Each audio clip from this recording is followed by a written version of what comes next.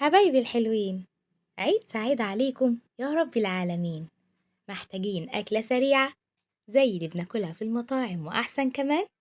مش عايزة تقف في المطبخ كتير ولا مواعين ولا وجع قلب. هنعمل النهاردة ستريبس بطريقة سهلة ومكوناتها موجودة في كل بيت. يلا نسمي الله ونصلي على الحبيب قلبك يطيب. معانا صدر فرخة واحد بس.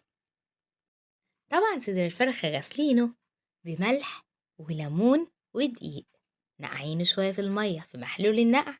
بعد كده هنشطفه وهنحطه في مصفى يصفى من المية خالص. بعد كده هنقطعه بالطريقة دي شرايح، لا سميكة قوي ولا رفيعة قوي، متوسطة الحجم زي ما حضراتكم شايفين. تمام؟ يعني صدر الفرخة يجي تقومي قصاه من تحت، وبعد كده هتقومي مقطعاه شرايح، هيطلع لك 2 بالظبط زي ما انت شايفة. انا بستعملش جوانتيات، غسلة ايدي كويس قوي والمطهر في ايدي على طول.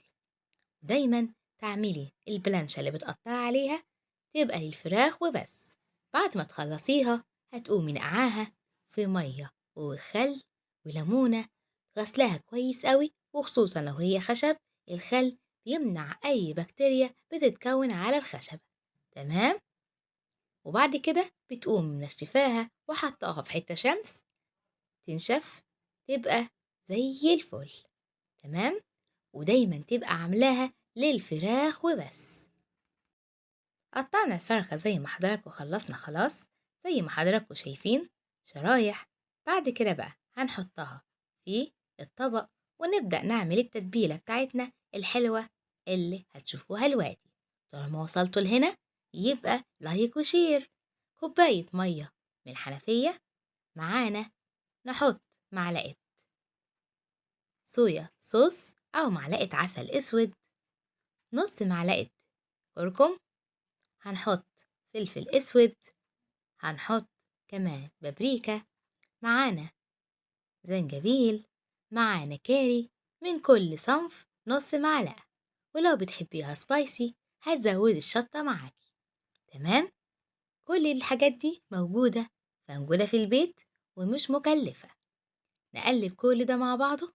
قلنا حطينا كوباية مية وحطينا البهارات ومعلقة صويا صوص، لو مفيش هنبدلها بمعلقة عسل اسود، ونحط نص معلقة صغيرة من اللي هي بتاعة الشاي، ونقلب كل ده مع بعض. وياريت المكونات تتقلب كويس قوي تدوب مع بعض.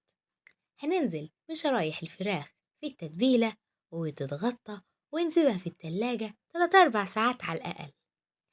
أول ما تطلع من التلاجة هنبدأ نصفيها ونشيلها من التتبيلة.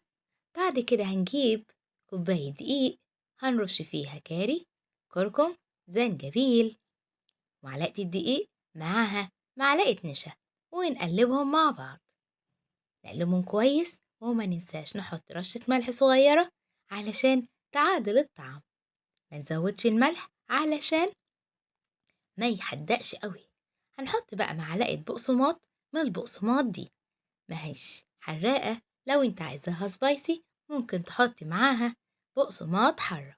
هننزل بشرايح الفراخ ونكبسها بالطريقة دي علشان منظر الدقيق زي اللي بنشتريه من بره بالظبط، يبقى فيها كده تموجات في الاستريبس بتاعنا. هننزل بقى في الدقيق زي ما حضراتكم شايفين، نغطيها كويس قوي بايدينا. ما حطيناش حاجات كتير ولا زودنا اي مكونات، هنعملها بالطريقة دي.